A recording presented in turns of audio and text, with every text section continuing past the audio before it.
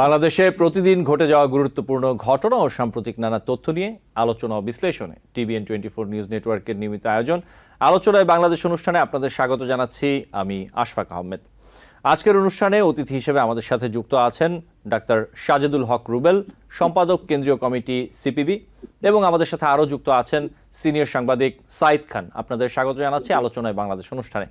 আপনাদের সাথে আলোচনা শুরু করার আগে আমি কয়েকটি তথ্য একটু দর্শকদের উদ্দেশ্যে তুলে ধরতে চাই এবং আপনাদের সাথেও এই সংশ্লিষ্ট বিষয়গুলো নিয়েই আলোচনা করব। প্রথমে যে তথ্যটি তা হচ্ছে জাতীয় মুক্তিযোদ্ধা কাউন্সিল সংশোধন অধ্যাদেশ নিয়ে ভুল ও বিভ্রান্তিকর তথ্য ছড়ানো হচ্ছে। নতুন অধ্যাদেশটিতে আনিত সংশোধনীর ভুল ব্যাখ্যা দিয়ে বেশ কিছু গণমাধ্যম নিউজ করেছে, যা শনাক্ত করেছে ফ্যাক্ট চেক প্রতিষ্ঠানগুলো। মুক্তিযুদ্ধ বিষয়ক উপদেষ্টা ফারুকী আজম বলেন, মুজিবনগর সরকারের রাষ্ট্রপতি শেখ মুজিবুর রহমান, অস্থায়ী রাষ্ট্রপতি সৈয়দ নজরুল ইসলাম, প্রধানমন্ত্রী তাজউদ্দিন আহমেদ এবং দুই মন্ত্রী মোহাম্মদ মনসুর আলী ও AH কামরুজ্জামান সহ শতাধিক নেতার মুক্তিযোদ্ধার স্বীকৃতি বাতিল বলে গণমাধ্যমে যে খবর প্রকাশিত হয়েছে তা সঠিক নয়, বরং 2018 ও 2022 সালের মুক্তিযোদ্ধার সংজ্ঞার যে বিকৃতি করা হয়েছে তার সংশোধন করে 1972 সালের তৎকালীন সরকারের নির্ধারিত সংজ্ঞায় ফিরিয়ে নেওয়া হয়েছে।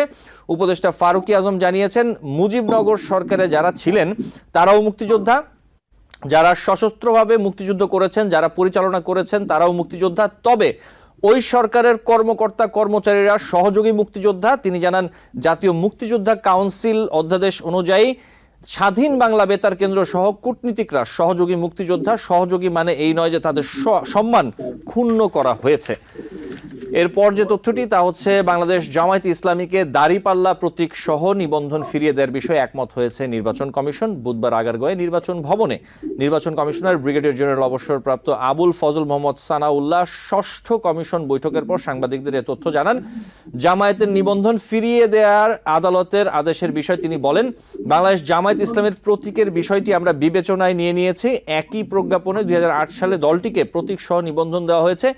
এছাড়া প্রতীক কোনো দলকে দিলে সেটি সেই দলের জন্য সংরক্ষিত থাকে। আরপিও অনুযায়ী দলটি প্রতীক সহ নিবন্ধন পাবে। এরপর আরেকটি তথ্য ছোট্ট করে, তা হচ্ছে নির্বাচন আগে না সংস্কার আগে, এটা বাংলাদেশের জনগণ, সরকার ও রাজনৈতিক দলগুলোই ঠিক করবে, জাতিসংঘ নয়। বুধবার ডিক্যাপ টকে এমন মন্তব্য করেছেন বাংলাদেশে জাতিসংঘের আবাসিক প্রতিনিধি ও সমন্বয়কারী গোয়েন লুইস। নির্বাচন প্রসঙ্গে এক প্রশ্নের জবাবে লুইস বলেন, বাংলাদেশের নির্বাচন অনুষ্ঠানের বিষয়ে জাতিসংঘ কোনো ভূমিকা পালন করতে পারে না।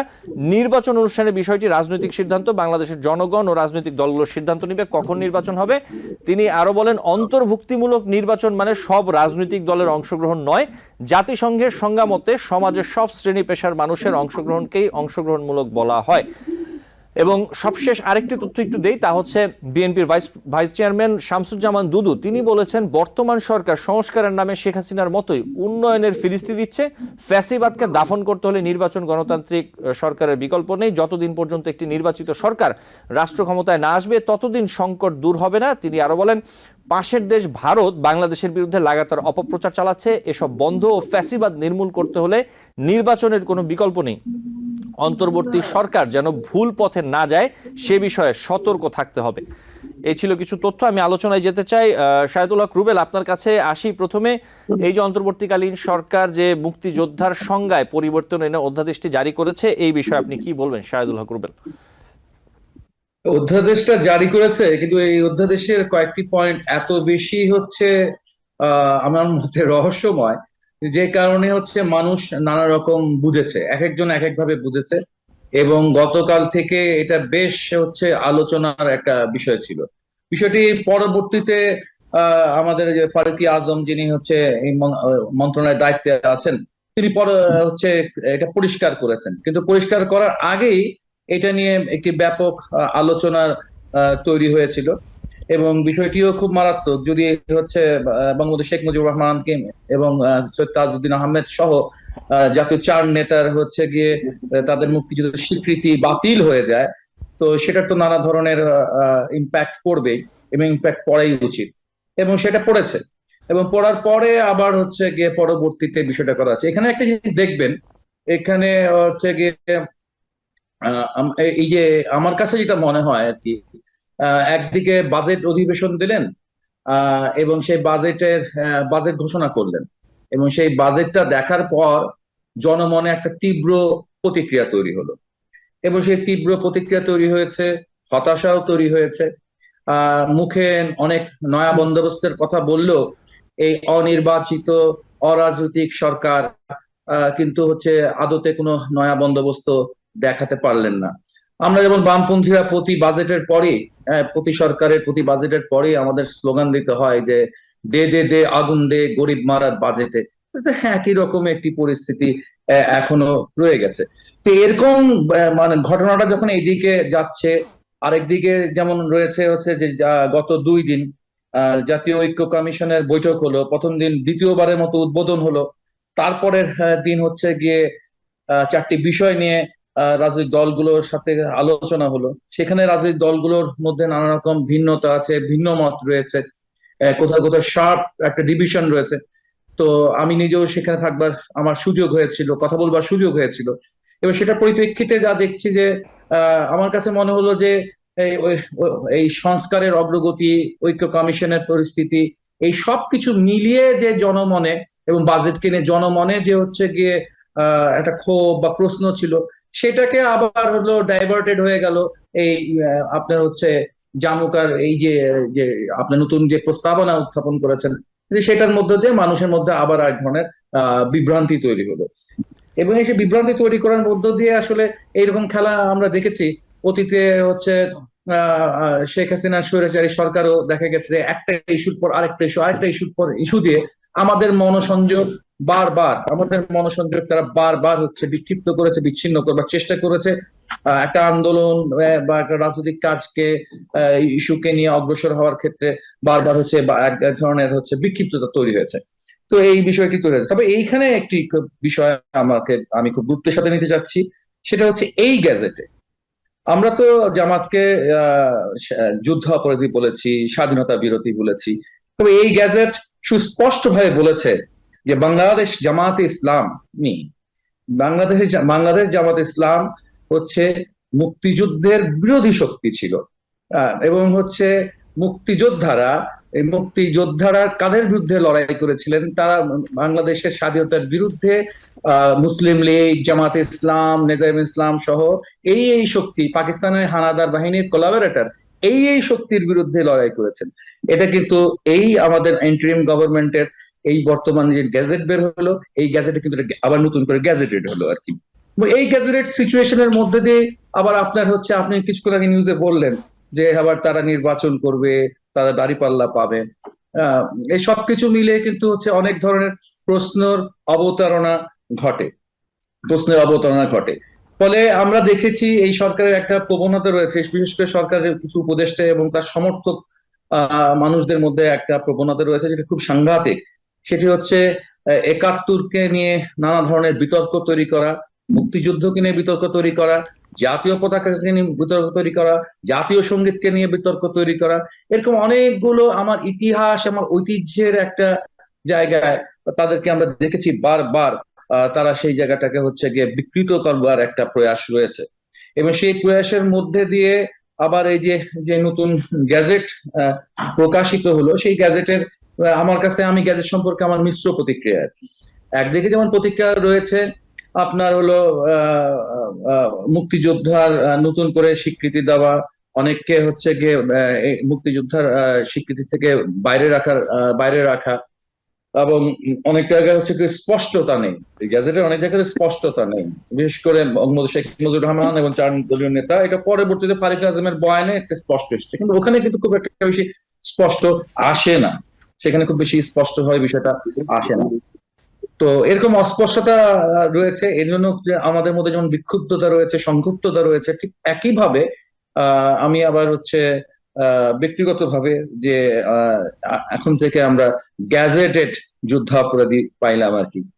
আবার হতাশার সাথে দেখবো এই গ্যাজেটেড অপরাধীরা এদেশে রাজনীতি করবার সুযোগ পাচ্ছে, নির্বাচন করার সুযোগ পাচ্ছে, তারা তাদের প্রতীক ফিরে পাচ্ছে। এটা একটা খুব বিচিত্র ব্যাপার আর কি। হ্যাঁ, একটা সেলুকাস, কি বিচিত্র বাংলাদেশ। জি, শাহদুল হক রুবেল, ধন্যবাদ। সাইদ খান, একই বিষয় আমি একটু যোগ করি। এই যেটি আমরা দেখলাম যে মুক্তিযোদ্ধার স্বীকৃতি নিয়ে বাংলাদেশের কয়েকটি গণমাধ্যমে সংবাদ প্রকাশ হয় এবং পরবর্তীতে আবার মন্ত্রণালয় থেকে অথবা উপদেষ্টা জানান যে আসলে এগুলো ভুল সংবাদ অথবা এগুলো বিভ্রান্তি ছড়াচ্ছে। এই যে বিভ্রান্তি ছড়ালো, আমরা দেখলাম সামাজিক মাধ্যমে খুব অল্প সময়ের মধ্যে এগুলো নিয়ে তোলপাড় হয়ে গেল এবং পরবর্তীতে প্রধান উপদেষ্টার উপপ্রেস সচিব আবুল কালাম আজাদ মজুমদার তিনি বললেন যে ভুলভাল সংবাদ প্রকাশ করে জনসাধারণের মধ্যে বিভ্রান্তি ছড়ালে এখন থেকে সরকার আইনি পথে হাঁটবে। গণমাধ্যমগুলো এগুলো কি তাড়াহুড়ো প্রতিযোগিতার কারণে এই ধরনের কাজ হচ্ছে? দায়িত্বশীলতার জায়গাতে আসলে আপনি এই ব্যাপারটি কিভাবে দেখেন? পুরো ঘটনাটি আপনার মূল্যায়ন কি সাইদ খান? জি, ধন্যবাদ আপনাকে এবং আমার সহ আলোচক সাজিদুল হক, ডাক্তার সাজিদুল হক রুবেল ভাই এবং যারা দেখছেন তাদের সবাইকে ধন্যবাদ জানাচ্ছি। আমি আপনার প্রশ্ন দিয়েই শুরু করতে যাচ্ছি। আপনি বলেছেন যে এই যে গেজেটের বিষয়টি নিয়ে ভুল তথ্য উপস্থাপন হয়েছে এবং সেটি পরে প্রধান উপদেষ্টার প্রেস উইং থেকে ব্রিফ করে সেটির ক্লারিফিকেশন দেওয়া হয়েছে এবং এক ধরনের আলটিমেটামও দেওয়া হয়েছে সাংবাদিকদের উদ্দেশ্য করে। প্রথমত আমি আহ, সাংবাদিক সংগঠনের নেতা হিসেবে সাংবাদিকদেরকে এভাবে শাসানোটা আমি সমর্থন করি না, আমি এটার প্রতিবাদ জানাই এবং এ ধরনের প্রেস উইং থেকে আরো লিবারেল ল্যাঙ্গুয়েজ ইউজ করবার জন্য ওনাদের প্রতি আমার আহ্বান। দ্বিতীয়ত হচ্ছে যে যে কথাটি বলা হচ্ছে যে ভুল তথ্য ছড়িয়ে পড়েছে, এখানে আমি বলবো এটি গেজেটের দুর্বলতা অথবা সরকারের দুর্বলতা। সরকার জনগণকে বোঝাতে পারেনি বা গণমাধ্যমকে সঠিক তথ্য বোঝাতে পারেনি, যেই কারণে একটা মিসআন্ডারস্ট্যান্ডিং হয়েছে। যাই হোক, তারপরে সেটি ক্লারিফিকেশন হয়েছে, সেটি একটি মীমাংসিত বিষয়। বাট এই জায়গাটিতে গেজেট এবং নির্বাচন কমিশনের যে আরপিও, এই জায়গাটি নিয়ে আমার একটু বক্তব্য আছে। গেজেট হচ্ছে বাংলাদেশ সরকারের সর্বোচ্চ পর্যায় থেকে গৃহীত সিদ্ধান্ত, রাষ্ট্রীয় মাধ্যমে প্রচার করা যে জিনিসটি, এটি হচ্ছে চূড়ান্ত, এটি রাষ্ট্রের সিদ্ধান্ত। সুতরাং গেজেটভুক্ত হয়ে জামাত ইসলামী যদি যুদ্ধাপরাধী দল হিসেবে একটি রাষ্ট্রের গেজেটভুক্ত হয়, সেই দলটি কিভাবে আরেকটি সাংবিধানিক প্রতিষ্ঠান নির্বাচন কমিশন, সেই নির্বাচন কমিশন কি করে তাদেরকে নির্বাচন করবার জন্য বা প্রতীক বরাদ্দ দেবার জন্য সিদ্ধান্ত নেয় বা চিন্তা করে বা সেটি পজিটিভ ভাবার ইচ্ছা পোষণ করে, আমি মনে করি এটি রাষ্ট্রের সাথে, এটি সরকারও না, একটি রাষ্ট্রের সাথে নির্বাচন কমিশনের একটি মুখোমুখি অবস্থান এবং এটি ডাবল স্ট্যান্ডার্ড বলবো। সেটি নির্বাচন কমিশনও যে সংবিধানের আলোকে পরিচালিত হয় এবং এই গেজেটও সেই সংবিধানের আলোকে কিন্তু প্রকাশিত হয়েছে। সুতরাং আপনারা যদি সংবিধান বলেন, এটি সংবিধান লঙ্ঘন। যেহেতু যে দলটি আমার দেশকে, এই স্বাধীনতাকে 1971-কে একেবারে রাষ্ট্রীয় স্বীকৃত ভাবে এই রাষ্ট্রের এই জাতীয় পতাকার এবং এই স্বাধীনতার বিরোধী ছিল এবং রাষ্ট্র সেটি রিকগনিশন দিয়েছে, সো দ্যাট নির্বাচন কমিশনকে এই জায়গাটিতে হিসেব করা উচিত ছিল যে কি করে তারা বৈধ রাজনৈতিক দল হিসেবে বাংলাদেশে রাজনীতি করবে। কারণ এটি তো বাংলাদেশ শব্দটি বলতে গেলে স্বাধীনতা চলে আসে, 71 চলে আসে। সো দ্যাট যে 71-এ রাষ্ট্র স্বীকৃত যুদ্ধাপরাধী বা স্বাধীনতার বিরোধী শক্তি, তারা এই স্বাধীন রাষ্ট্রে কি করে রাজনীতি করবে, সেটি আমার একটি প্রশ্ন। এবং এই প্রশ্নটি নির্বাচন কমিশনের যে প্রধান রয়েছেন, প্রধান নির্বাচন কমিশনার, ওনার কাছে আমার প্রশ্ন। সেটি নিশ্চয়ই উনি হয়তো গেজেট পড়েননি অথবা সরকারের সাথে নির্বাচন কমিশনের সম্পর্ক ভালো না, সেই জায়গাটি। এটি হচ্ছে নাগরিক হিসেবে আমার বক্তব্য। সেকেন্ড যে জিনিসটি বলা হচ্ছে যে রুবেল ভাই খুব সুন্দরভাবে উপস্থাপন করেছেন যে বাজেটের পরের দিনই এই জামুকার এই যে প্রজ্ঞাপনটি ক্লারিফাই করে এটি প্রকাশ করে এক ধরনের বিতর্ক সৃষ্টি করা, আমার কাছে মনে হয় সরকারের মধ্যে পালিয়ে যাওয়া ফ্যাসিস্টের যে হ্যাজিমনি, সেই হ্যাজিমনি রয়ে গেছে। তারা মোক্ষম সময় বাজেট নিয়ে যখন এর এক ধরনের আলোচনা সমালোচনা চলছে, ঠিক তখনই এই যে গেজেটটি প্রকাশ করে বাজেটকে এক প্রকার জায়েজ করবার জন্য, বাজেট যাতে সাধারণ জনগণ বা রাজনৈতিক দলগুলো যাতে সমালোচনা করতে না পারে বা এর ভুল ত্রুটি ধরতে না পারে, সেই কারণেই এই জামুকার এই প্রজ্ঞাপনটি জারি করা হয়েছে।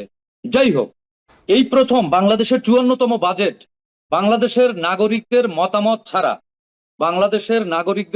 ছাড়া, বাজেট পেশ এবং পাশ, এটা হয়ে গেল কিরকম, পড়লো এবং মরলো ওই টাইপের বিষয়টি। কিন্তু এরকম হওয়ার কথা ছিল না। এই বাজেটে 18 কোটি মানুষের ভাগ্য, বাংলাদেশের ভবিষ্যৎ জড়িত। সো দ্যাট এটি মানে পড়লো আর মরলো টাইপের বাজেট করা উচিত না। রাষ্ট্র কখনো কোনো পরীক্ষামূলক প্রকল্প না, সেটি এনজিও হতে পারে যে আমরা 10 জনকে লোন দিলাম, তারা ফেরত দেয় কিনা দেখি, পাইলট প্রকল্প হিসেবে। রাষ্ট্র কিন্তু প্রত্যেক ন্যানো সেকেন্ডে হিসেব করতে হবে এখানকার অর্থনীতি, এখানকার জীবনমান, এখানকার কূটনীতি, এই আমার দেশের স্বাধীনতা, সার্বভৌমত্ব, সবকিছু হিসেব করতে হয়। সো দ্যাট আমি এই বাজেটের যে সমালোচনা করবার সুযোগটি, সেই সুযোগটি সরকার খুব সুকৌশলে অথবা না বুঝে এটি বন্ধ করবার জন্যই ঠিক একদিনের মাথায় এই প্রজ্ঞাপনটি জারি করলো। এবং আরেকটি জিনিস যেটি আশফাক ভাই আপনি বললেন, সেটি হচ্ছে আরপিও অনুযায়ী, সরি, এই যে ডিক্যাপ টকে জাতিসংঘের আবাসিক প্রতিনিধি গোয়েন লুইস যেটি বলেছেন যে অংশগ্রহণমূলক মানে হচ্ছে সকল মানুষের অংশগ্রহণ, সকল দলের অংশগ্রহণ না। আমি এই জায়গায় একটু ওনার বিরোধিতা করব। সকল দলের সকল জনগণ অংশগ্রহণ করে দলগতভাবে, কারণ একটি গণতান্ত্রিক রাষ্ট্রে সাধারণ মানুষ দলগতভাবে বিভক্ত। কেউ কমিউনিস্ট পার্টি করবে, কেউ বিএনপি করবে, কেউ জাতীয় পার্টি করবে, কেউ আদার্স পার্টি করবে বা গণ অধিকার পরিষদ করবে, কেউ এনসিপি করলেও করতে পারে, সেটা আমার বিষয় না। হ্যাঁ, তো ঘটনা হচ্ছে যে সকল দলগতভাবেই কিন্তু এই একটি নির্বাচন যখন অনুষ্ঠিত হবে, দলগতভাবেই পার্টিসিপেশন মানে হচ্ছে সেটি অংশগ্রহণমূলক নির্বাচন। সো দ্যাট কোন দল অংশগ্রহণ করলো আর কোন দল অংশগ্রহণ করলো না, সেটি শেখ হাসিনা মার্কা একটি বক্তব্য। এটি শেখ হাসিনা সবসময় বলতো যে উন্নয়নের গণতন্ত্র মানে হচ্ছে তার ক্ষমতায় টিকে থাকতে হবে, তার অ্যাবসলিউট ক্ষমতা লাগবে, সেই জায়গাটি। সো দ্যাট আমি মনে করি যে সকল রাজনৈতিক দলকেই অংশগ্রহণ করবার জন্য যে পরিবেশ সেটি নিশ্চিত করতে হবে, এবং সকল রাজনৈতিক দল কেন অংশ নেবে না সে প্রশ্নের উত্তরও খুঁজে বের করবার দায়িত্ব এই প্রফেসর ডক্টর ইউনূস সাহেবের সরকারের। কারণ প্রফেসর ডক্টর ইউনূস শুধুমাত্র এনসিপি সরকার না, বা কোনো নির্দিষ্ট গোষ্ঠীর সরকার না, বা বৈষম্য বিরোধী আন্দোলনের সরকার না, সেটা 18 কোটি জনগণের যেমনি সরকার, 68টি রাজনৈতিক দলেরও সরকার। সুতরাং অংশগ্রহণমূলক নিশ্চিত করতে হলে সকল রাজনৈতিক দলের অংশগ্রহণ নিশ্চিত করতে হবে, এবং যেটি বলা হয় লেভেল প্লেইং ফিল্ড, সেই লেভেল প্লেইং ফিল্ড তৈরি করতে হবে এই সরকারকে। এবং ইউনূস সরকার যদি বলে যে আমরা পারছি না, ব্যর্থ হচ্ছি, সেটিও তারা বলতে পারবে না। সাইদ খান, আমি সেটিও তাদের প্রশ্ন রাখতে চাই আপনার কাছে। সাইদ খান, জি, আমরা please. যদি একটু দেখি যেই প্রসঙ্গে আমরা শুরুতে ছিলাম, অন্তর্বর্তী সরকারের মুক্তিযুদ্ধ বিষয়ক মন্ত্রণালয়ের উপদেষ্টা ফারুক আজম বলেছেন যারা মুক্তিযুদ্ধ না করেও মুক্তিযোদ্ধা তালিকায় আছেন তাদের তালিকা থেকে সরে যাওয়ার সুযোগ দিতে একটি ইনডেমনিটি দেওয়ার চিন্তা করছে সরকার। এই বিষয়ে আপনার মতামত কি সাইদ খান? না, সরে যেতে যদি কেউ ভুল স্বীকার করে সরে যেতে চায় তাহলে সরে যেতেই পারে, কিন্তু এখানে একটি অপরাধ আছে। মুক্তিযুদ্ধ একটি মানে সেন্সিটিভ জিনিস, আমার দেশের স্বাধীনতা সার্বভৌমত্বের সাথে জড়িত। সুতরাং এই মুক্তিযুদ্ধ নিয়ে যারা এটাকে আমি ফাতরামি বলবো, যারা ফাতরামি করেছে বা ইত্রামি করেছে, সেই শেখ হাসিনা করুক আর শেখ মুজিব করুক, এদের জীবিত থাকলে জীবদ্দশায় বিচার করা উচিত, আর মরে গেলে মরণোত্তর বিচার করা উচিত। মুক্তিযুদ্ধ তো ইয়ার্কি করবার জিনিস না, এটি তো আর দোকান থেকে কেনা গেঞ্জি না বা শার্ট না, যে ইচ্ছে হলো গায়ে পড়লাম, ইচ্ছে হলো খুলে ফেললাম। সুতরাং এই সরে গেলেও এক ধরনের জবাবদিহিতা নিশ্চিত করতে হবে কেন তারা এই অপরাধটি করেছে। যারা এর সাথে জড়িত তাদেরও বিচারের কাঠগড়ায় দাঁড় করানো উচিত। আমি মনে করি মুক্তিযুদ্ধ মন্ত্রী উপদেষ্টার এ বক্তব্য ঠিক আছে, সরে যেতে পারে, কিন্তু কারা সরে যাচ্ছে সেটি প্রকাশ করা উচিত। যেমন রুবেল ভাই নিশ্চয়ই আমার সাথে একমত হবেন, কারা মুক্তিযোদ্ধা না হয়েও এই মুক্তিযোদ্ধা শব্দটিকে কলঙ্কিত করেছে। এখন আপনি তো নিশ্চয়ই জানেন আশফাক ভাই, গত 6 মাস আগেও বাংলাদেশে বা 1 বছর আগেও বাংলাদেশে মুক্তিযোদ্ধা শব্দটি শুনলে এক শ্রেণীর মানুষের বা এই প্রজন্মের বা জেনজির শরীরে জ্বালা ধরতো, কারণ এই শব্দটিকে এমন পচন ধরিয়েছে যে মুক্তিযুদ্ধ শব্দটিকে স্বাভাবিকভাবে নিত না।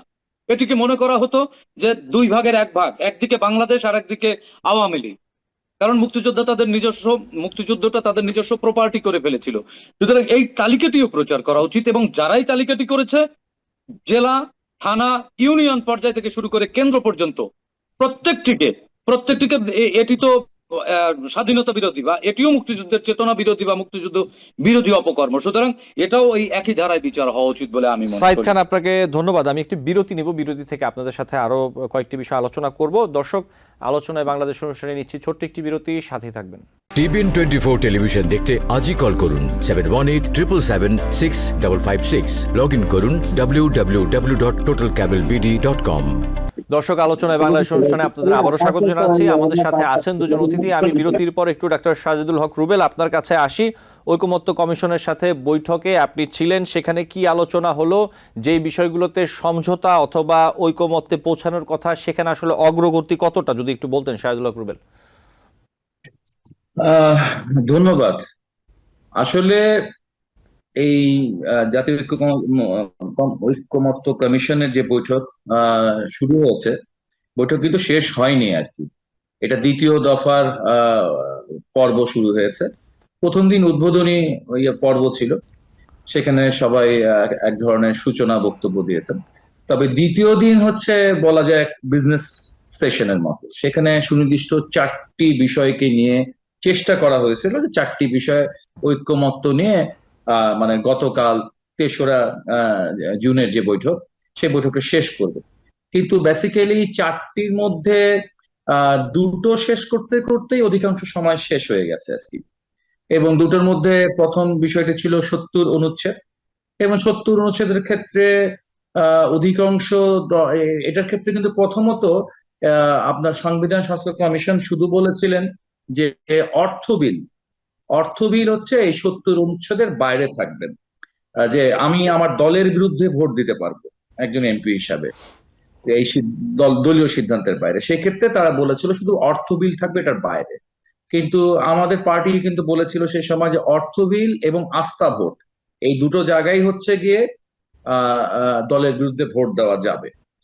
আর বিএনপি সহ আরো কিছু রাজনৈতিক দল সম্ভবত যখন তারা হচ্ছে এককভাবে বিভিন্ন রাজনৈতিক দলের সাথে বৈঠক করেছিলেন জাতীয় ঐক্যমত্য কমিশন, তখন তাদের প্রস্তাবনা অবশ্য ছিল যে সংবিধান সংশোধনীর ক্ষেত্রেও হচ্ছে গিয়ে স্বাধীনভাবে সংসদ সদস্য ভোট দিতে পারবেন। এই জায়গায় যে মূল প্রস্তাব, সেই প্রস্তাবের জায়গায় আমাদের কমিউনিস্ট পার্টি একটা ইউনিক ভাবে আলাদাভাবে একটি হচ্ছে কি দ্বিমত পোষণ করেছে, যে তারা লেখাটা লিখেছেন এইভাবে যে নিম্ন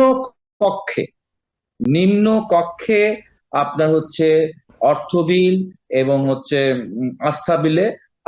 আস্থা প্রস্তাবে হচ্ছে গিয়ে দলের বিরুদ্ধে ভোট দেওয়া যাবে। এই নিম্ন কক্ষ শব্দটাকে আমরা অবজেকশন দিয়েছি, যে এটা হচ্ছে গিয়ে আমাদের হচ্ছে অবজারভেশন আছে যে আমরা তো হচ্ছে বাইক্যামেরাল বা দ্বিকক্ষ বিশিষ্ট সংসদের আইডিয়াটাকে হচ্ছে গিয়ে আমরা বাংলাদেশের কমিউনিস্ট পার্টি সিপিবি গ্রহণ করিনি। তো সেই পার্সপেক্টিভে নিম্নকক্ষ শব্দটা এখানে থাকা যাবে না। পরে হচ্ছে আমি শুনেছি আদিল ইলিয়াস সাহেব বলেছেন যে এটাকে আইনসভার সদস্য এইভাবে করে তারা লিখবেন, মানে এটাকে নতুন করে উপস্থাপন করবেন। তবে এই ক্ষেত্রে বলা যায় পরবর্তীতে এখানে এক ধরনের কমন কনসেনসাস দাঁড়িয়েছে তিনটি বিষয়ের দিকে, সেটি হচ্ছে অর্থ বিল, আস্থা এবং সংবিধান সংশোধন। এই তিনটি প্রশ্নে হচ্ছে যে কোনো আইনসভার সদস্য, পার্লামেন্টের মেম্বার হচ্ছে সে আপনার দলের বিরুদ্ধে ভোট দিতে পারবে। বিএনপির আরো একটি প্রস্তাবনা ছিল, সেটি হচ্ছে জাতীয় নিরাপত্তা প্রসঙ্গে। সেটি আলোচনা এসছে, তবে সেটা এই তিনটির ক্ষেত্রেই আমার হচ্ছে এক ধরনের ঐক্যমতের জায়গাটা এসছে। অনেকে অনেক রকম প্রস্তাব ছিল, তবে কম বেশি এই প্রস্তাবটা মিলে গেছে। এটাতে ঐক্যমত্য তৈরি হলেও এটা নিয়ে অনেক লম্বা সময় হচ্ছে বিভিন্ন রাজনৈতিক দল মতামত দিয়েছে বা ঐক্যমত্য কমিশনের সদস্যরা আলাপ করেছেন। আর দ্বিতীয় যেটি, সেটি হচ্ছে গিয়ে আপনার নিয়ে হচ্ছে আলোচনা হয়েছে, নারীর সংসদীয়, সেটি হচ্ছে যে সংসদীয় কমিটি যেগুলো রয়েছে সেই সংসদীয় কমিটির ক্ষেত্রেও কিন্তু এটা বলা যায় সব দলেরই কম বেশি সুর একই জায়গায় ছিল। খালি একটি রাজনৈতিক দল আমি বলবো না, তারা বলতে চাচ্ছিল যে যারা ভোটে জিতে যাবে তারা কি অপরাধ করেছে, যে এই কারণে তারা হচ্ছে সংসদীয় কমিটিগুলোর দায়িত্বে থাকবে। কিন্তু বাস্তব অর্থে আমরা কি দেখি, আমরা বিগত সময়গুলোতে কি দেখেছি, এটা যদি সরকারি দলের সংসদ সদস্য যদি সংসদীয় দলের চেয়ারম্যান থাকেন, তারপরেও আমরা দেখেছি যে এটা খুব বেশি কার্যকারিতা ঘটানো যায় না। এমনকি আমরা যখন হচ্ছে আপনারা জানেন যে বামপন্থীরা দীর্ঘদিন ধরে আমরা জাতীয় স্বার্থে তেল গ্যাস বিদ্যুৎ বন্দর রক্ষা কমিটির আন্দোলন সংগ্রামে ছিলাম, এবং সেই সাপেক্ষে আমরা এরকম জ্বালানি বিষয়ক এই সংসদীয় কমিটির কাছে আপিল করেছিলাম।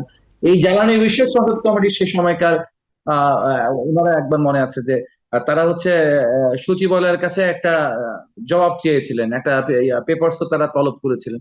তাদেরকে দিনের পর দিন, মাসের পর মাস, বছরও চলে গেছে, জ্বালানি মন্ত্রণালয় প্রয়োজনই বোধ করে নাই এই সংসদীয় কমিটির কাছে জবাবদিহি করবার। তো এটি তো একটা বাস্তব হচ্ছে আমাদের অভিজ্ঞতা, এরকম হচ্ছে অনেক অভিজ্ঞতাই রয়েছে। ফলে এটা আলটিমেটলি হচ্ছে গিয়ে যারা সরকারে নির্বাচিত হবেন তাদের আন্তরিকতার উপর নির্ভর করবে এই বিষয়গুলো কিন্তু আলোচিত হয়েছে। আর সবচেয়ে বেশি তর্ক এবং বিতর্কের জায়গা তৈরি হয়েছে, এবং যে ক্ষেত্রে আর আমরা একমতে পৌঁছানো যায়নি, এবং সবারটি বেসিক্যালি এক ধরনের, এটা আমাদের ভাষায় বলতে হবে, মুলতবি হয়েছে। সবারটি মুলতবি হয়েছে, সেটি হচ্ছে নারী আসন নিয়ে আমরা দেখেছি যে পলিটিক্যাল ইসলামিস্ট যারা রয়েছেন তারা হচ্ছে এটা নিয়ে বেশ নেতিবাচক অবস্থান গ্রহণ করেছে। একটি রাজনৈতিক দল, ইসলামিক রাজনৈতিক দলের নেতা এরকমও বলেছেন যে দীর্ঘদিন ধরে বাংলাদেশ হচ্ছে গিয়ে নারীদের দ্বারা শাসিত হয়েছে, একাধিক নারী প্রধানমন্ত্রী ছিল বলে নারীদের আর কোটা রাখার দরকার, এরকম কথা বলেছেন। জি তারপরও শেষ পর্যন্ত যেটা হয়েছে, সরকারের যে আপনার এই আলী রিয়াজ সাহেবদের যে কমিশন ছিল, সেই কমিশনের প্রস্তাবনাটা কিন্তু ছিল এরকম যে 300 আসন কে বৃদ্ধি করে 400 আসন করা হবে, এবং 400 আসনের মধ্যে 100 আসন থাকবে নারী আসন। নারী আসনের নির্বাচন সরাসরি হবে এবং সেটা ঘূর্ণায়মান পদ্ধতিতে হবে। অর্থাৎ এইবার এই 100 আসনে হবে, 4 বছর পর 5 বছর পর আবার অন্য 100 আসনে হবে। এই যে ঘূর্ণায়মান প্রস্তাবনা, এই প্রস্তাবনার ক্ষেত্রে অধিকাংশ রাজনৈতিক দলে এটার বিরোধিতা করেছেন। পরে অবশ্যই একটি জায়গায় এটা বামপন্থীরাও বলেছেন, বিএনপিও বলেছেন, সেটি হচ্ছে যে এবার হচ্ছে নির্বাচন হোক 300 আসনের নির্বাচন। ঠিক আছে, নীতিগতভাবে আমরা এটা গ্রহণ করলাম যে 400 আসন হবে। তো এই যে 400 আসনের বিষয়টি, এটি আগামী সংসদ করবে। 300 আসনের নির্বাচন হোক, নির্বাচন হওয়ার পরে বর্তমান তো সংবিধানে 50 আছে, সেই 50টি সংরক্ষিত নারী আসন আছে, সেটা প্রয়োজনে আরো বৃদ্ধি করে 100 বাড়ানো যায়। তো তবে এটা নিয়ে আমরা এই ঐক্যমত্য কমিশন আরো রাজনৈতিক আলোচনা করতে দলগুলোকে হবে। একটি জায়গায় আনতে পারেনি, জি এবং এখানেই আলোচনা শেষ পর্যন্ত ভেঙে যায়, এখানে মুলতবি হয়ে যায়। জি শাহিদুল আর হক রুবেল, আরেকটা জিনিস জি জি আপনাকে ধন্যবাদ আজকে যুক্ত হওয়ার জন্য। আমি নিশ্চয়ই আপনার সাথে আবারও কথা হবে। আমি একটু সাইদ খানের কাছে যেতে চাই। ডক্টর শাহিদুল হক রুবেল, আচ্ছা, আমি আমি বিদায় নিচ্ছি, জি আমার একটা জরুরি কাজ থাকে, জি আমরা শেষ পর্যন্ত থাকতে পারলাম না। আপনাদের আপনাকে সবাইকে আপনাকে অনেক শুভেচ্ছা। ধন্যবাদ, আপনাকে অনেক ধন্যবাদ। জি ঠিক আছে। সাইদ খান, আপনার কাছে আসি। এই যে ঐকমত্য কমিশনের বৈঠকের কথা বলছিলাম, শাহিদুল হক রুবেল বলছিলেন, আমরা বাংলাদেশের বিভিন্ন গণমাধ্যমে যেটা দেখলাম যে প্রধান উপদেষ্টার সাথে বৈঠকে বিএনপির স্থায়ী কমিটির সদস্য সালাউদ্দিন আহমেদ এবং নাগরিক পার্টির যে আহ্বায়ক নাহিদ ইসলাম নির্বাচনের সময় নিয়ে, নির্বাচন নিয়ে একরকমের কথা কাটাকাটি বা তর্ক হয়েছে আমরা দেখলাম বিভিন্ন গণমাধ্যমে। এই ব্যাপারে আপনার কি জানা আছে, অথবা এই বিষয়ে আপনি কি বলবেন? বাহাস হতেই পারে, এটিকে আমি রাজনৈতিক বাহাস হিসেবেই দেখবো। আহ নাহিদরা রাজনীতি শিখছে, তারা আসলে সালাউদ্দিন আহমেদের কাছ থেকে আহ নানান ধরনের রাজনীতি শিখছে, এটিকে আমি নেগেটিভলি দেখি না। আর যেটি বলছেন যে ঐক্যমত কমিশন, যেটি আসলে আপনার সাবজেক্ট, সেটি আহ, দ্বিতীয় ধাপে যে বৈঠক শুরু হয়েছে, সেটিকে আমি আসলে প্রথম থেকেই বলে আসছিলাম, এই যে ঐক্যমত্য কমিশন, এর মধ্যে কি আসলে এই কমিশনের যারা সদস্য তাদের মধ্যে ঐক্য আছে? আমার মনে হয় না তাদের মধ্যে ঐক্য আছে। কারণ এক একজন এক এক দিকে, হ্যাঁ, ডানে চলে কেউ, বামে চলে কেউ, কেউ সোজা চলে। সো দ্যাট এদের মধ্যেই ঐক্য আছে বলে আমার মনে হয় না। আর দ্বিতীয় যে জিনিসটি বলতে চাই সেটি হচ্ছে ঐক্যমত্য কমিশনের দ্বিতীয় ধাপে এটি উদ্বোধন করা হয়েছে, বলা হয়েছে এটি উদ্বোধনী, প্রথম দিন উদ্বোধন করতে হবে ফুটবল খেলার ম্যাচের মতো। এটি আমার কাছে আসলে এফেক্টিভ কিছু মনে হয়নি। এখানে কোনো আলোচনা হয়েছে বা হবে, বা এখান থেকে কোনো মীমাংসা আসবে বলে আমার কাছে মনে হয় না। এটি নিখাত চা চক্র হিসেবেই আমি দেখব। আর যে জিনিসটি সেটি হচ্ছে যে 166টি যে পয়েন্ট দেয়া হয়েছে, এই 166টি পয়েন্টের মধ্যে 166টিতে কোনো রাজনৈতিক দল বা সবগুলো রাজনৈতিক দল ঐক্যমত পোষণ করবে না। কারণ আমার চেহারা আপনার কাছে ভালো নাও লাগতে পারে ভাই, হ্যাঁ, আপনার চেহারা আমার কাছে ভালো নাও লাগতে পারে। সুতরাং এই 166টা পয়েন্টে সকল রাজনৈতিক দল ঐক্যমত পোষণ করবে, এটি ভাবা অবান্তর, অযৌক্তিক, অলীক, এবং যতগুলো আছে সবগুলো। কারণ জামাত রাজনীতি করে ধর্মীয় মৌলবাদকে পুঁজি করে, তারা রাজনীতি করে। বিএনপি রাজনীতি করে বাংলাদেশি জাতীয়তাবাদের রাজনীতি করে। যদিও এনসিপির রাজনৈতিক আদর্শ এখনো প্রকাশিত না, হ্যাঁ, বাম রাজনৈতিক দলগুলো সমাজতান্ত্রিক ধারায় রাজনীতি করে। সুতরাং সমাজতান্ত্রিক ধারায় যে দল রাজনীতি করে সে তো বিএনপির সাথে একমত শতভাগ হবে না। আবার বিএনপি জাতীয়তাবাদী ঘরানার রাজনীতি করে, সেখানে ইসলামিক ঘরানার রাজনৈতিক দলের সাথে শতভাগ একমত হবে না। এখানে ঐক্যমতের জায়গায় যে জিনিসটি গুরুত্ব দিতে হবে সেটি হচ্ছে বেশিরভাগ মানুষের মতামতকে গুরুত্ব দিতে হবে। এটাই গণতন্ত্র। গণতন্ত্র কিন্তু বেশিরভাগ মানুষের মতামত, সব মানুষের মতামত না। গণতন্ত্র হচ্ছে বেশিরভাগ মানুষের মতামত। সুতরাং 166টি পয়েন্টের উপরে এই অন্তর্বর্তীকালীন সরকার ঐক্যমত কমিশন গঠন করে রাজনৈতিক দলগুলোর সাথে ধারাবাহিকভাবে বৈঠক করছে। এখানে আমি যতদূর জানি, আমি বিএনপি অলমোস্ট 90% বা তারও বেশি পয়েন্টের সাথে ঐক্যমত পোষণ করেছে। শুধুমাত্র 2টি জায়গায় ঐক্যমত পোষণ করেনি। সে 2টি জায়গায় ঐক্যমত পোষণ নাও করতে পারে, কিন্তু ভাই 98% জায়গায় পয়েন্টের 98% কি বলে 98% জায়গায় যদি ঐক্যমত পোষণ করে, সেটি কি ঐক্যমত না? সেটি কি মেজরিটি না? এখন কি জামাতের রাজনৈতিক আদর্শের সাথে বিএনপির রাজনৈতিক আদর্শের মিল হতে হবে, বা কমিউনিস্ট পার্টির সাথে বিএনপির মিল হতে হবে? এটি তো ভাই মানে এটি অসম্ভব, এটি হবে না, কোনোদিনই হবে না। আমার কাছে যেটি মনে হয় সেটি হচ্ছে এই ঐক্যমত কমিশন বলেন বা অনৈক্য কমিশন বলেন বা সংস্কার বলেন আর যেটাই বলেন, একটি গণতান্ত্রিক রাষ্ট্রে মূল কথা হচ্ছে রাষ্ট্রের সাথে জনগণের সম্পর্ক স্থাপন করা, যেটি গত 15.5 বছর ফ্যাসিস্ট শেখ হাসিনা এই রাষ্ট্রের সাথে জনগণের সম্পর্কটি ভেঙে দিয়েছিল। সেই ভেঙে যাওয়া সম্পর্ক পুনঃস্থাপন করাই হচ্ছে বেসিক এবং একমাত্র এবং সবচেয়ে বড় সংস্কার। সো দ্যাট ঐক্যমত কমিশন টমিশনে গেল কিছু না, ভেঙে যাওয়া সম্পর্ক পুনঃস্থাপন করাটাই হচ্ছে মুখ্য উদ্দেশ্য, এবং সেই উদ্দেশ্য পূরণের একমাত্র পথ হচ্ছে নির্বাচন, এবং এই নির্বাচনের মাধ্যমে জনগণ তার মতামত একেবারে স্বাধীনভাবে নির্বিঘ্নে প্রদান করে তার জনপ্রতিনিধি নির্বাচন করে যে আমি এই মানুষটাকে রাষ্ট্র পরিচালনার দায়িত্বে নিয়োজিত রাখলাম, এবং সাধারণ মানুষের পক্ষে ওই মানুষটা বেশিরভাগ মানুষের মতামত নিয়ে রাষ্ট্র পরিচালনার সাথে জড়িত হয় বা রাষ্ট্র পরিচালনায় নিয়োজিত হয়। সেটি হচ্ছে গণতন্ত্র। এখন এই উন্নয়ন, গণতন্ত্র, সংস্কার, এগুলো আমার কাছে মনে হয় ওই যে বিএনপির শামসুজ্জামান দুদুর ওই অভিযোগ, আমি যদিও রাজনীতি করি না, রাজনৈতিক ব্যক্তিত্ব না, আমি একজন পেশাজীবী মানুষ, আমি এই রাজনৈতিক ব্যক্তির মতামতকে সমর্থন করি। তিনি যথার্থ বলেছেন, সঠিক বলেছেন, যৌক্তিক বলেছেন এবং সময়োপযোগী বলেছেন। যদি এই ঐক্যমত কমিশনের বা অন্তর্বর্তীকালীন সরকারের আসলেই বাংলাদেশের উপকার করার মানসিকতা থাকে এবং এই স্বাধীনতা সার্বভৌমত্বকে টিকিয়ে রাখবার জন্য মিনিমাম আন্তরিকতা থাকে, আমি মনে করি অধিকাংশ রাজনৈতিক দলের নেতারা বা অধিকাংশ রাজনীতিকরা যে পথ এবং যে মত বাতলে দেয় সেই পথে হাঁটলেই তারা সমাধান সূত্র পেয়ে যাবে। অন্যথায় দিন শেষে কিন্তু এই রাজনৈতিক নেতাদের হাতে, রাজনৈতিক দলগুলোর হাতেই এই রাষ্ট্র চলে যাবে। জি সাইদ খান, আপনি 6 মাস, 1 বছর, জুনে নির্বাচন দেন বা জুলাইয়ে দেন বা ডিসেম্বরে দেন, দেশ কিন্তু রাজনৈতিক দলের হাতে যাবে। আপনার এই সকল সংস্কার পরবর্তী পার্লামেন্টকে জায়েজ করতে হবে। পরবর্তী পার্লামেন্ট এসে যদি বলে এই সব বাতিল, সব কিন্তু বাতিল, আপনার এই সংস্কার টিকবে না। সুতরাং আমি এই ঐক্যমত কমিশন, অন্তর্বর্তীকালীন সরকারের এবং রাজনৈতিক দলগুলোর কাছে অনুরোধ করব, বাংলাদেশের স্বার্থে, সাধারণ মানুষের স্বার্থে, গণতন্ত্রের স্বার্থে, আমার স্বাধীনতা সার্বভৌমত্বের স্বার্থে, এবং এই যে 24-এর যে গণ অভ্যুত্থানে যে তরুণদের রক্ত, এই রক্তের সম্মান রক্ষার্থে আপনারা গণতান্ত্রিক পথ যাতে প্রশস্ত হয়, নিশ্চিত হয়, সেই পথে হাঁটুন। সেই পথটি হচ্ছে নির্বাচন, নির্বাচন এবং নির্বাচন। এর জি। বিকল্প আর কোনো সমাধান নেই, এবং শতভাগ ঐক্যমত কোনোদিন পোষণ করা সম্ভব না। একই পরিবারের যদি 5 ভাই থাকে, 5 ভাই একমত কোনোদিন হয় না। বাবা মায়ের কাছেও 5 সন্তান ঐক্যমত পোষণ করে না। প্রফেসর ইউনূস আমাদের গর্বের, আমরা ওনাকে নিয়ে গর্ববোধ করি।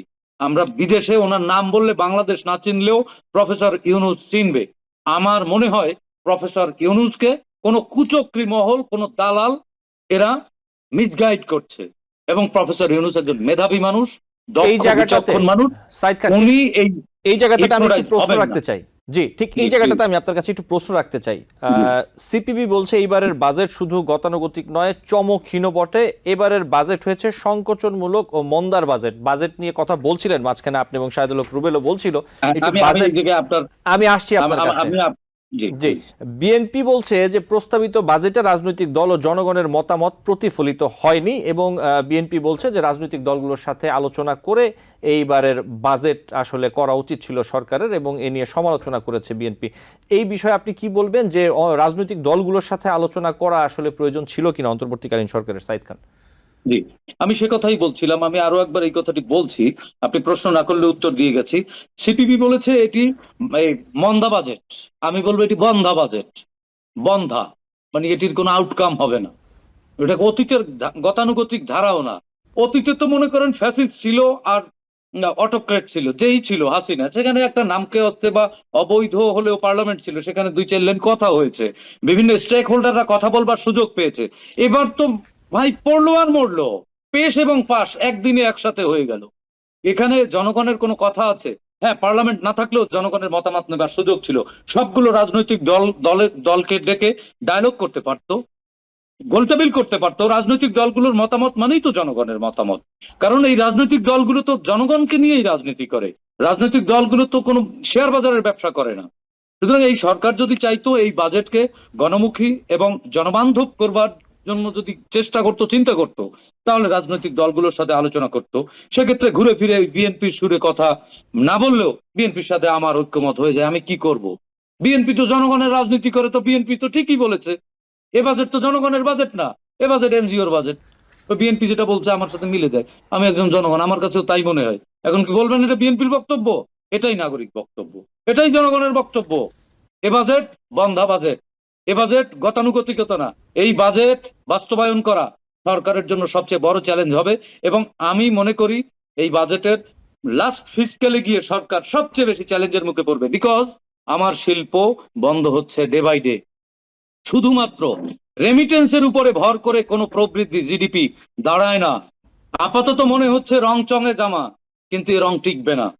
আমার শিল্প বন্ধ হচ্ছে, আমার বিনিয়োগ বন্ধ, বিদেশি বিনিয়োগ বন্ধ। আমার দেশের অভ্যন্তরে যারা ছোটখাটো উদ্যোক্তা আছে তারাও বিনিয়োগ করতে ভয় পাচ্ছে। পরবর্তী সরকার কে আসবে, আদৌ সরকার আসবে কিনা, গণতন্ত্র ফিরবে কিনা, এটির উপরে অভ্যন্তরীণ ইনভেস্টমেন্ট যেমনি জড়িত, বিদেশিরা তো বিনিয়োগ করবেই না।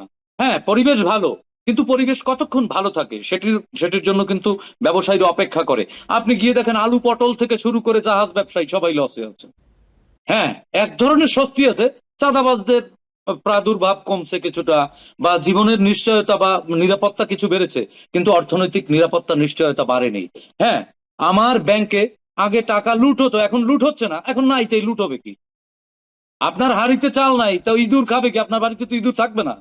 এখন আমার এখানে লুটেরা নাই, লুট করবে কি? কিছুই তো নাই। সুতরাং শিল্পে নজর দিতে হবে। শিল্পে নজর দেওয়ার জন্য গণতন্ত্রায়ন হচ্ছে সবচেয়ে জরুরি, বিদেশি বিনিয়োগ জরুরি, অভ্যন্তরীণ ক্ষুদ্র উদ্যোক্তাদের উদ্যোগগুলো জরুরি। শিল্পের চাকা না ঘুরালে, গণতন্ত্র না ফিরলে, এখন আপাতত মনে হয় এই বেশ ভালো আছি। হ্যাঁ, এটি হচ্ছে বিয়ে না করে সংসার করার মতো অবস্থা। খুব কিন্তু মিল থাকে বিয়ের আগে প্রেমিক প্রেমিকা, কিন্তু সংসার না হলে সেটি টেকে না। সাইদ খান, আমাদের সময় একদম শেষ, আমি একদম 30 সেকেন্ডে একটি প্রসঙ্গ আপনার কাছে তুলে ধরি, আপনি যদি 30 সেকেন্ডে বলেন। নাগরিক ঐক্যের সভাপতি মাহমুদুর রহমান মান্না বলেছেন, সামনাসামনি প্রশ্ন করলে অধিকাংশ ক্ষেত্রে প্রধান উপদেষ্টা প্রশ্নের জবাব না দিয়ে মিষ্টি একটা হাসি দিয়ে বিদায় করে দেন, অথবা কোনো কথাই বলেন না। রাজনৈতিক দলগুলোর সাথে প্রধান উপদেষ্টার যে বৈঠক এবং এর পরবর্তীতে প্রধান উপদেষ্টার পক্ষ থেকে তার যে প্রতিক্রিয়া, যে বক্তব্য, এই বিষয়গুলোতে আপনার কি মনে হয় রাজনৈতিক দলগুলোর সাথে বৈঠকটা আসলে কতটা গুরুত্ব সহকারে বর্তমান সরকার নিচ্ছে, অথবা তাদের মতামতগুলো কতটা গুরুত্ব সহকারে নিচ্ছে? মাহমুদুর রহমান মান্না যেমনটা বলছেন আর কি। সাইদ খান। না, এখানে মানে কথা তো সত্য, ওই একই উত্তর তো আপনার প্রশ্নের মধ্যে। মৌনতা সম্মতির লক্ষণ। মাহমুদুর রহমান মান্না যে অভিযোগ করেছেন সেটি সত্য, প্রফেসর ইউনূসের কাছে কোনো উত্তর নাই, তাই তিনি মিষ্টি হাসি দিয়ে, মানে মৌনতাই তো সম্মতির লক্ষণ, যে অভিযোগ সত্য, আমার কাছে উত্তর নাই। আমি তো সেটা মনে করব। না হয় প্রফেসর ইউনূসের কাছ থেকে, যাকে নিয়ে আমরা এত গর্ববোধ করি, তিনি উত্তর দিন। মান্নারাই তো জনগণের প্রতিনিধিত্ব করতে যায় আপনার কাছে, যেহেতু পার্লামেন্ট নাই। উত্তর দিন প্লিজ প্রফেসর ইউনূস, আপনার কাছে অনুরোধ করি, উত্তর দিন। রাজনৈতিক দলগুলোর নেতাদের প্রশ্নের উত্তর দিন। আমরা প্রশ্নের উত্তর চাই। আমরা আসলে ঘটনা হচ্ছে কি, এই রাষ্ট্রের সাথে আমাদের যে সম্পর্ক, এই সম্পর্কটি ফিরিয়ে চাই আমরা। সংস্কার অত বেশি জরুরি না, এই সম্পর্কের সংস্কারটি আগে করুন, নিশ্চিত করুন, সমাধান হয়ে যাবে। সাইদ খান, আপনাকে অনেক ধন্যবাদ। আমাদের সময় আজকে শেষ। নিশ্চয়ই অন্যদিন আপনার সাথে আবারও কথা হবে এবং আমাদের দর্শক আপনার মূল্যবান মতামত শুনতে পারবেন। ভালো থাকবেন আপনি, দেখা হবে। জি, আপনাকে ধন্যবাদ। দর্শক, আলোচনায় বাংলাদেশ অনুষ্ঠানে আজ এই পর্যন্তই। পরবর্তী অনুষ্ঠান দেখার আমন্ত্রণ জানিয়ে বিদায় নিচ্ছি।